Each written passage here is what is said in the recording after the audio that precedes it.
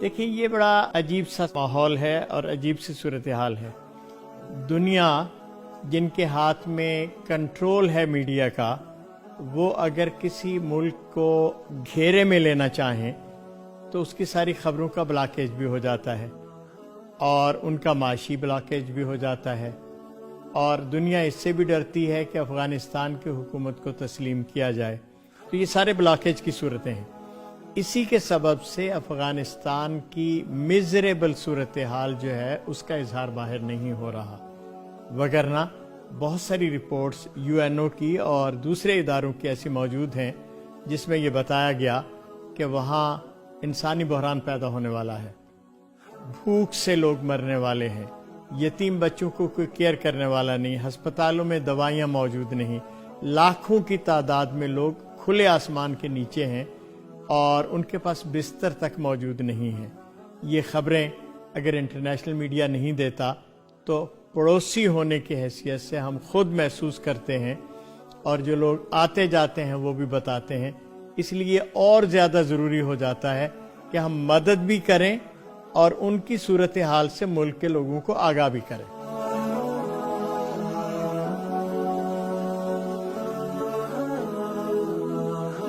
اس میں تو کوئی شک نہیں ہے کہ ماضی کی افغان حکومتوں کی ایک بڑی تعداد ایسی ہے جو ہمیشہ پاکستان کے خلاف رہی ہے اور بیانات دیتی رہی ہے۔ اس تھوڑے سے حصے کو چھوڑتے ہوئے جب موجودہ امارات اسلامی کی حکومت اس سے پہلے موجود تھی، اس میں کبھی ایسا نہیں ہوا کہ پاکستان کے خلاف کوئی بیان آیا ہو، اور اب بھی جو صورتحال ہے اس میں نہیں ہے۔ لیکن میرا سوال اس سے زیادہ ہے۔ افغان ہمارے پڑوسی بھی ہیں، ہمارے بھائی بھی ہیں، اور اس ناطے سے ہمارے ان سے مدتوں سے تعلقات ہیں، جو ایک سلسلہ اس کا جاری ہے۔ اچھا، دنیا میں تو ایسی صورتیں بھی ہوئی ہیں کہ قومیں ایک دوسرے سے لڑی ہیں۔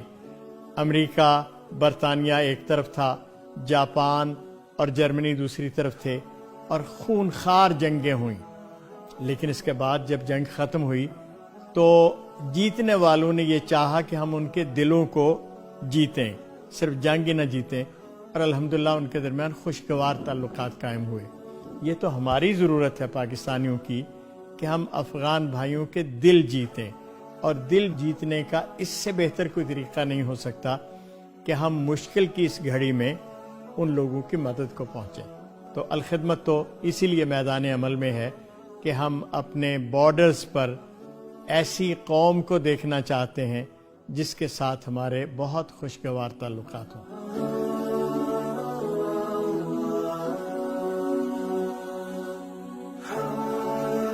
پاکستان میں غربت ختم نہیں ہوئی، غالباً غربت پہلے سے زیادہ ہوئی ہے، لیکن پاکستان کی غربت کو کرائسس اور بحران کا نام نہیں دیا جا سکتا، کہ غربت صدیوں سے موجود ہے، اور ایسی صورتیں موجود ہیں جہاں لوگوں تک وسائل نہیں پہنچتے، اور الخدمت سال کے 12 مہینے انہی کے لیے کام کرتی ہے، وہ سیلاب ہو، وہ زلزلہ ہو، وہ جیسے قحط آیا تھا سر پارکر ہے اس میں، تو اس ساری صورتحال میں ہم ہمیشہ مدد کے لیے تیار ہوتے ہیں۔ البتہ ایک صورتحال یہ ہوتی ہے کہ بین الاقوامی سطح پر جب کبھی بھی کوئی ایسی صورت ہوئی ہو جس کو ہم بحران کا نام دیتے ہیں، تو پھر پاکستانی قوم کا یہ فرض بنتا ہے کہ وہ ان کے ساتھ محبت کے رشتوں کو استوار کرے اور انہیں احساس دلائے کہ وہ اکیلے نہیں ہیں، ہم ان کے ساتھ ہر طرح کی مدد کے لیے تیار ہیں۔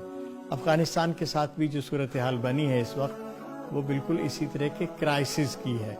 لاکھوں لوگ میدان میں پڑے ہوئے ہیں، اور ان کرائسس میں ہمیں ان کے پاس پہنچنا ہے۔ اچھا، جب فلسطین پہ بمباری ہوتی ہے تو کیسے ممکن ہو سکتا ہے کہ ہمارے جوان اور بوڑھے خاموشی سے اس کو دیکھیں اور رد عمل کا اظہار نہ کریں؟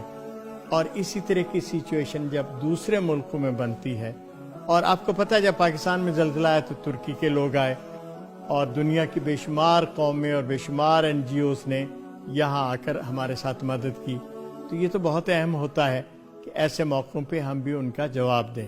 وہ جو کہتے ہیں نا کہ اخوت اس کو کہتے ہیں، چبھے کانٹا جو کابل میں، تو پاکستان کے پیر و جواں بے تاب ہو جائیں۔ تو یہ جو بےتابی کا عمل ہے یہ انسان کے بس کی بات نہیں ہوتی. اس کا دل کرتا ہے کہ وہ اپنے مظلوم بھائی کو دیکھے تو اس کی مدد کے لیے دوڑے اور ان کو راحت پہنچانے کا بندوبست کرے.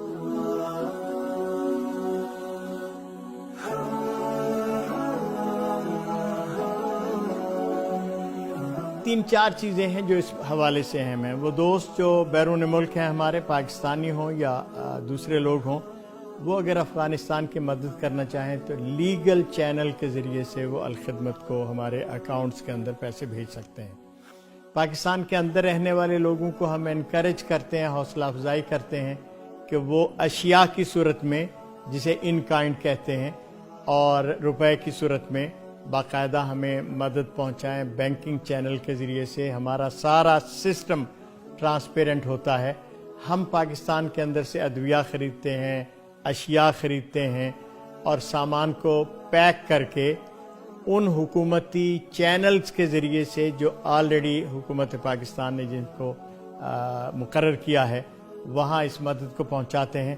پھر جن تک مدد پہنچتی ہے وہ وہاں کے سرکاری حلقے ہیں، وہ اسے وصول کرتے ہیں، رسید دیتے ہیں، اور جہاں ہم کہتے ہیں جن ہسپتالوں میں، جن شہروں میں، وہ ہماری ہدایت کے مطابق اس تقسیم کرتے ہیں. الخدمت فاؤنڈیشن کا وفد بھی وہاں گیا تھا، اور الحمدللہ ہم نے جو پہلی قسط وہاں بھیجی تھی آج سے کوئی 1.5 ماہ پہلے، تو وہ بالکل وہاں پہنچی جہاں ہمارا گمان تھا کہ اسے پہنچنا چاہیے. اور پھر ہم نے وہاں جائزہ لیا، صحت کے میدان کا جائزہ لیا، ریفیوجیز کا جائزہ لیا، آرفن بچوں کا جائزہ لیا. اب ہماری دوسری ایک قسط جو ہے وہ کوئی 10 دن پہلے وہاں گئی ہے، وہ بھی ہیومینیٹیرین ایڈ تھی، فوڈ کی صورت میں، اور باقی جو چیزیں تھیں اس میں گئی تھیں. اب تیسری قسط جو آپ دیکھ رہے ہیں ہمارے پیچھے، یہ ساری دوائیاں ابھی بھی موجود ہیں. یہ کوئی 5.5 کروڑ کے زائد دوائیاں ہیں جو ہم نے وہاں بھیجی ہیں. یہ ہم نے مقرر کیے ہیں کچھ ہسپتال جس میں یہ جائے گی، اور وہاں وہ وصول کر کے الحمدللہ اس کی رسید دیں گے. ہم یہ بھی چاہتے ہیں کہ ہمارے وفود یہاں سے جائیں، مردوں کے، خواتین کے، پروفیسرز کے، آرگنائزیشنز کے، اور وہ وہاں جا کر لوگوں کو ملیں، ان کے حالات دیکھیں، اور ان سے انسانی بنیادوں پہ اظہار ہمدردی کریں، تاکہ یہ ایک بہت اچھا خوشگوار ماحول میں ہم اپنے بھائیوں کا ہاتھ تھام رہے ہوں اور ان کی مدد کر رہے ہوں.